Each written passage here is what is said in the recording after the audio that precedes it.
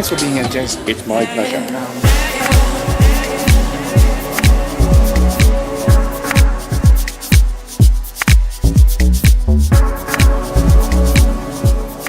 Couple of questions. Yes. What can I expect from you on the day, the big day, Spring Fiesta? What we're doing two sets. Mm-hmm. We've got an afternoon set where what we're going to do is we're going to play the most well-known songs, a couple of hits like Moment, Merciless, which we've deconstructed and reconstructed to include Ross. So, and the songs that are very well known for this South African populace, let's say, that are going to know our sound. So I don't expect everybody to be there to know who I am or who Ross is.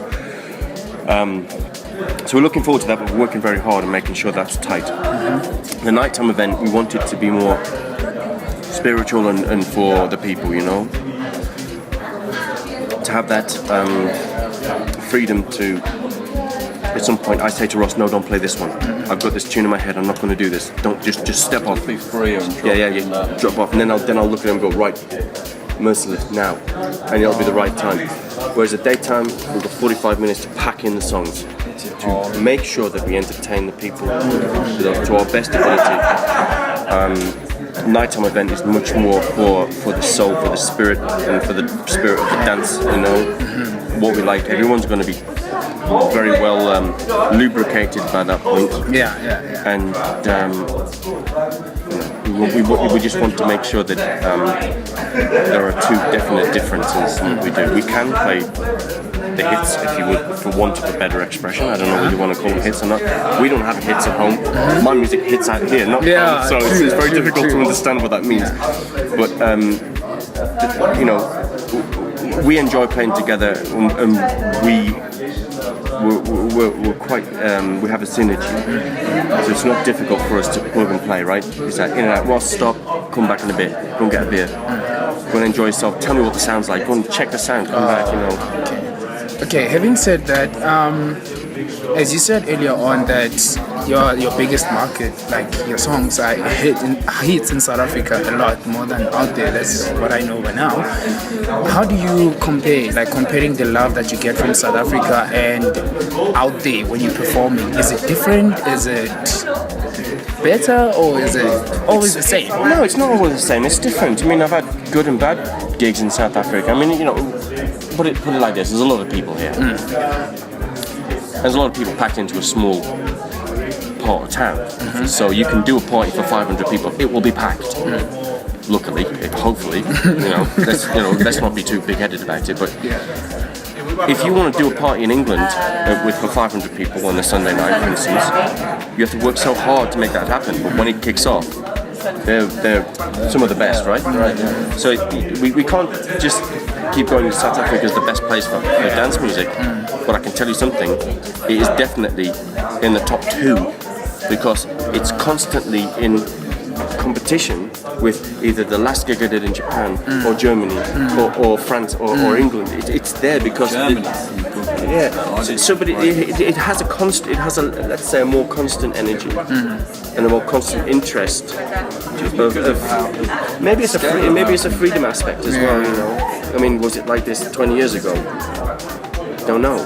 But like, you know, everyone's can do what they want, more or less these days. Let's not go into the details. But what I'm saying is, the freedom aspect has a big impact on I think going out and dancing in the club scene. So I think that's a wonderful thing, and I hope it doesn't wear off.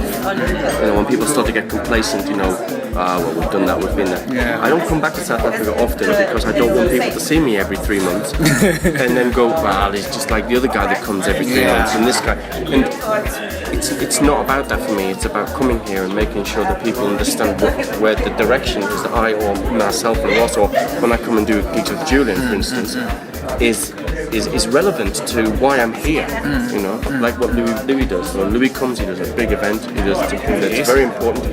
He'll take a boat or he'll put on an event. You know, and it makes it work because it hones his crowd and brings them together. You know, you get the Louis Vega experience, or like Monique. She brings the Monique Bingham experience. And that's another thing for me. I am an artist. I have a lot of music under my belt. And back to what I said, you know, it's got to be it's got to be really about me on these things, not turning up with a bunch of other records and shit. So it's you have to be the artist, and you have to understand that that's not an egotistical stance.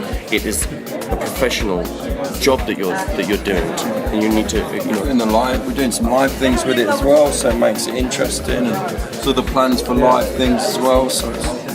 Well, I think we're a little bit more contained. You know, we work hard at making sure that Atjazz works, don't we? Okay, one other question about your album that you released, Full Circle. Why is it so different from your usual music? Like, is it? It's a lot of. All right, then people here's a question. here. Let's forget that question. I'll ask you a question. What is my usual music? The way I would describe it, it's heavy, like kind of dance. A lot of dance in it. There's a lot of dance, especially house music. House music, yes. Right. So it never was. So house music is not my normal music.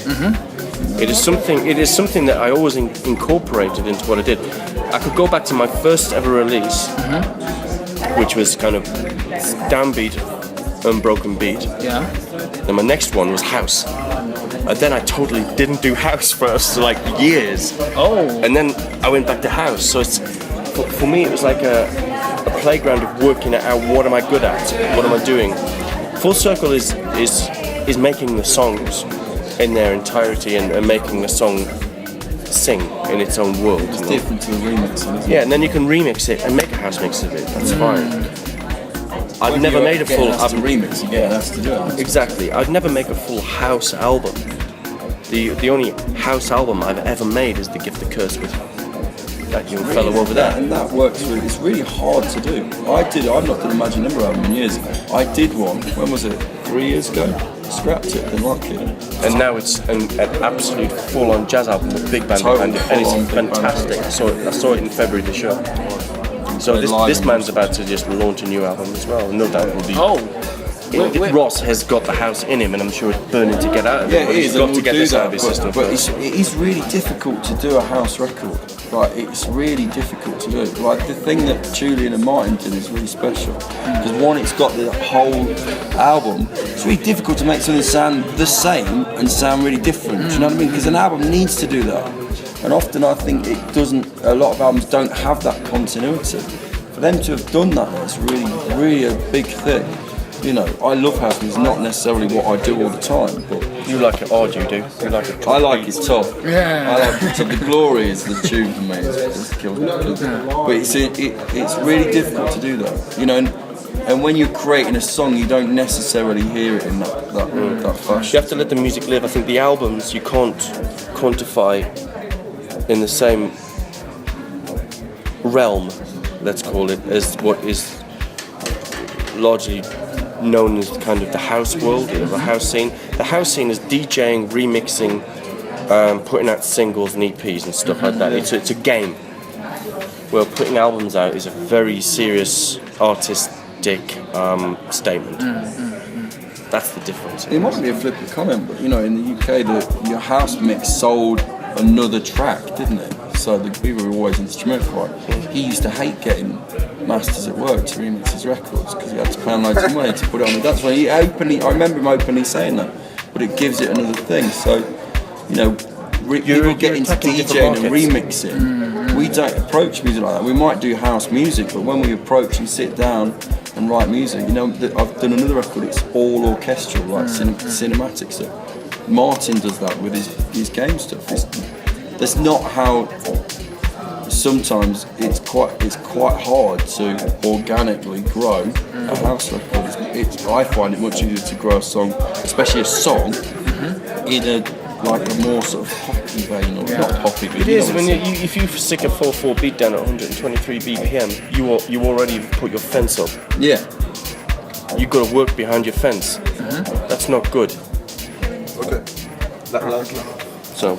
Thank you very much. You're very welcome. Let's bounce. Can't wait to see you on Saturday. I'm in this for life. You know, I've done it now 21 years, and I plan on continuing until I'm in the grave. All my musical heroes went out with dates still left on the calendar. So people will be disappointed. They'll have tickets in their hand when I go. Yeah. But I'm gonna do this the rest of my life. Yeah. Good. One other question. Okay. What do you have in store for us? Like, what do you have cooking? Like, any new music?